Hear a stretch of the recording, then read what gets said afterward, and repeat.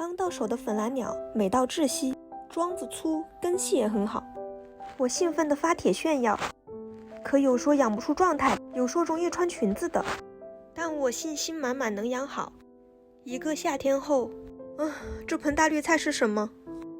果然穿裙子了，掰掉叶片，重新上盆，还是穿裙子，继续掰叶子。虽然没回到最初的状态，但也比大绿菜好很多了。